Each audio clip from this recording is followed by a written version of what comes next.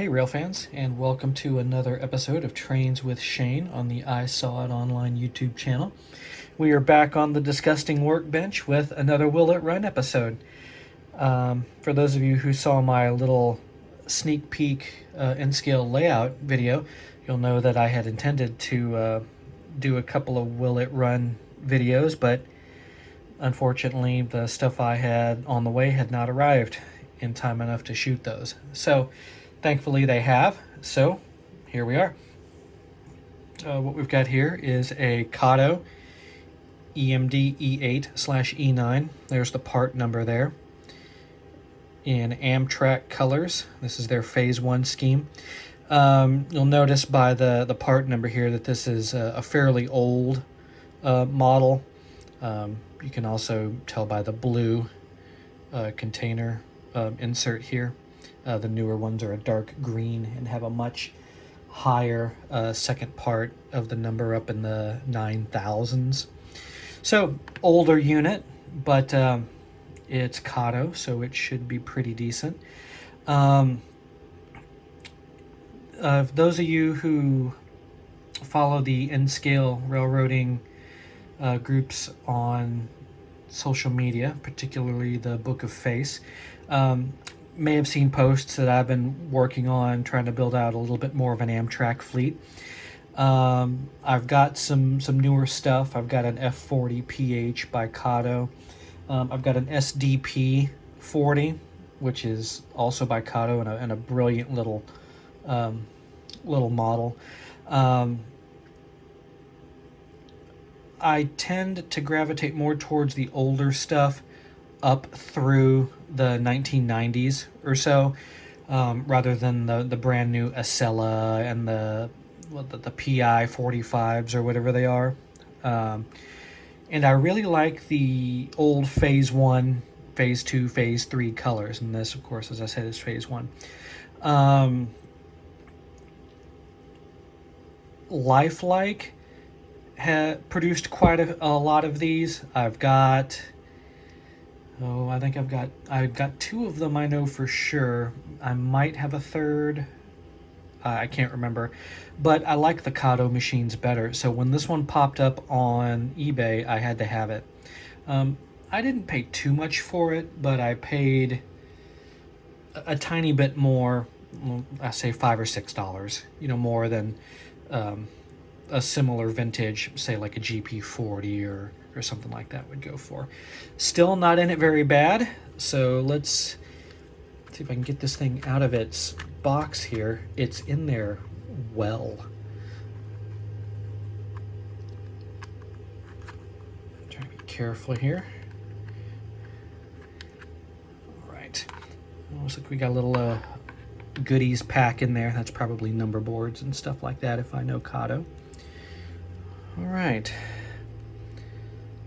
Pretty clean. So we've got separately applied 4-chime horns there. A little bit greasy. That's probably from my own fingers. A tiny bit dusty, not too bad. Is that? That's not a separate piece. Looks like we got Kato's 1-piece, I think. Maybe they're 2-piece. No, they're 2-piece. We've got their early 2-piece knuckle couplers.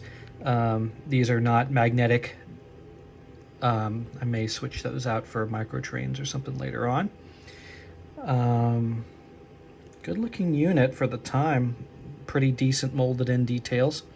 414, there's the cab number. Truck details about what you'd expect from a Kato 6-axle from this era. Looking underneath, there's our Kato and made in Japan.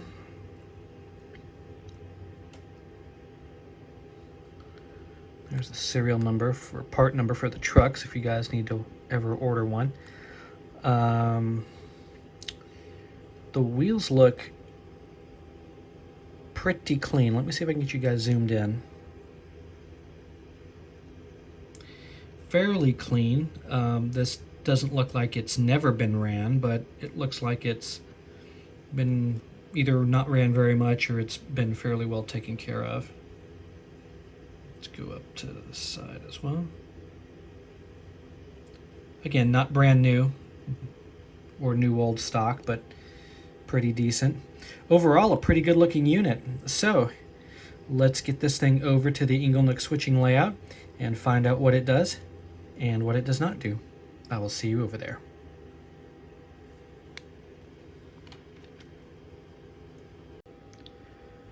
All right, we are over here at the little switching layout with our E8, or E9 if you prefer. I'm going to turn on the power, set a direction, dial up the current, or voltage, I guess it is voltage. All right, here we go, dial and dial. Oh, here we go. Let's see if I can dial it into a slow creep.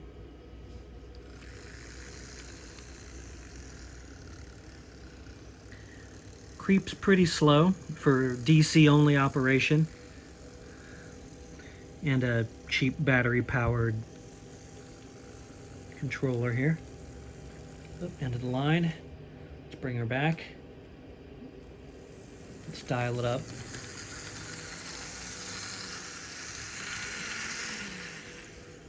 Good momentum on this thing. Must have some flywheels in it, big ones. Forward.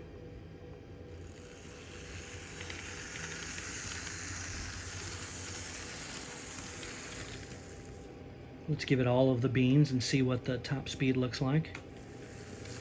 That's full throttle in reverse. Let's go full throttle forward.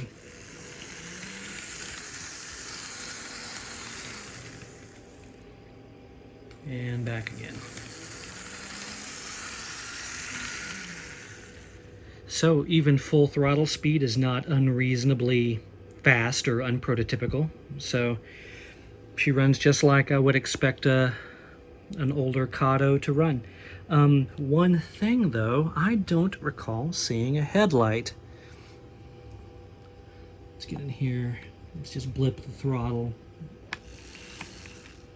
Yep, no forward headlight.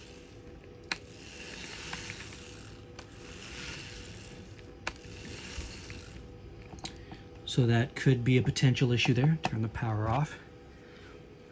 So does it run? Yes, very well. Nice and smooth, good momentum, even when you totally cut the power. I love it, it's beautiful. Now about the headlight, I will probably take this back over to the disgusting workbench and pop that shell off and see what we've got. I'll see you back over there. Alright guys, back over on the disgusting workbench, and as you can see, spare parts of other Amtrak units are strewn about. This is the shell off of a lifelike F40PH. A couple shells for one, actually, and a chassis for one as well. These are from spare parts units, as is this chassis here. And one of my projects, if I get time, is to take the best parts and combine them all into a good runner. That's neither here nor there. It's just an explanation for the parts that are on the desk here in the workbench. I was able to get the shell off, as you can see here, and I've got good news and bad news. Good news is I figured out what the deal is. The unit does come with a light. The bad news is what I'm about to show you.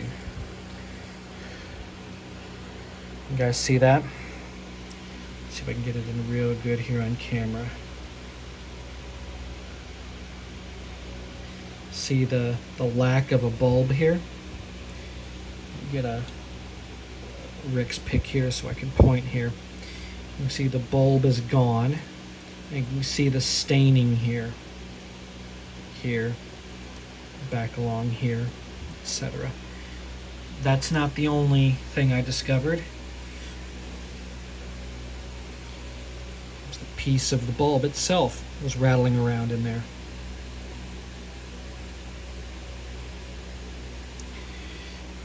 But wait, there's more.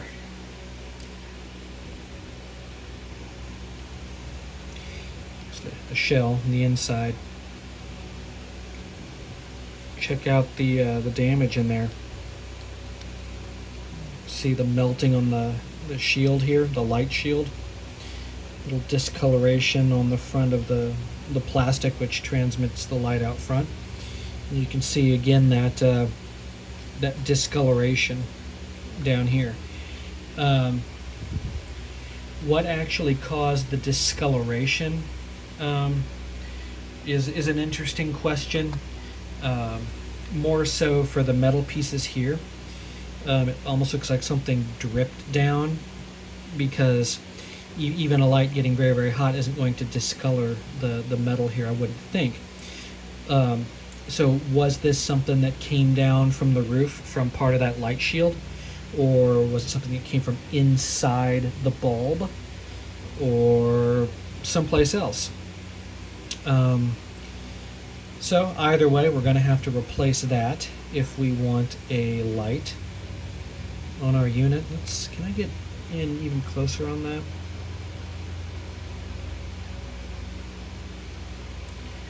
Yeah, pretty toasty. Interesting that the machine runs so well after something happened that was sufficient enough to really nuke that bulb. I wonder what happened. I wonder if the thing got overvolted, or if it was just a defect in the bulb itself. Either way, potentially an incredibly easy fix. We can either attempt to solder a new bulb onto here, which I am probably apt to not do because my soldering skills are pretty horrible. We could get a replacement board. I'm sure one of these wouldn't be too hard to find. I may be able to get one from Kato USA. Or option 3, maybe a DCC decoder install with sound, because I'm not going to go through the trouble of installing a DCC decoder without sound, just because I want sound. There would be some machine work that would have to be done. Probably have to clearance the metal part of the chassis back here to fit a sugar cube or something. I'm not sure if this would be considered a DCC ready chassis or not. I don't know. You guys know these things better than I do. If it's not DCC ready, I would say that it almost looks like it's at least DCC friendly. So it probably wouldn't be too difficult to actually drop the decoder in. But yeah, moment of discovery. I don't think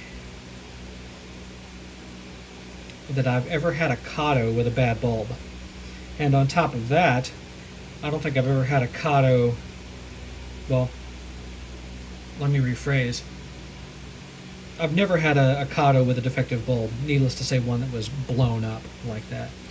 So, I don't know, it's hard to tell what could have happened in a former life. A couple different things could have caused it, you know, a short, putting way too much juice to it. Maybe they ran it on DCC or something and it didn't like the wave pattern. You know, it's hard to tell, really.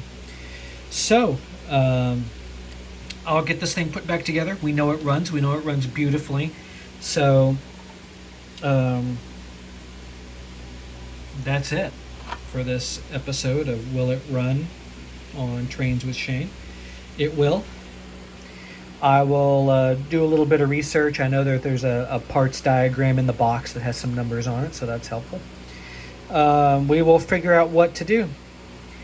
And as far as a decoder install on something that requires machining and soldering of little tiny wires, I will probably farm that out to somebody else if I decide to do it, because as I've told you guys before, my soldering skills are poor, bordering on lack of opposable thumbs. So we'll figure it out. I want to thank you guys for joining me on another episode. This will probably post a few days after the Christmas holiday. So if you celebrate Christmas, I hope you had a happy one. If you do not celebrate Christmas, I hope you had a good weekend, and I hope to see you guys on the next one.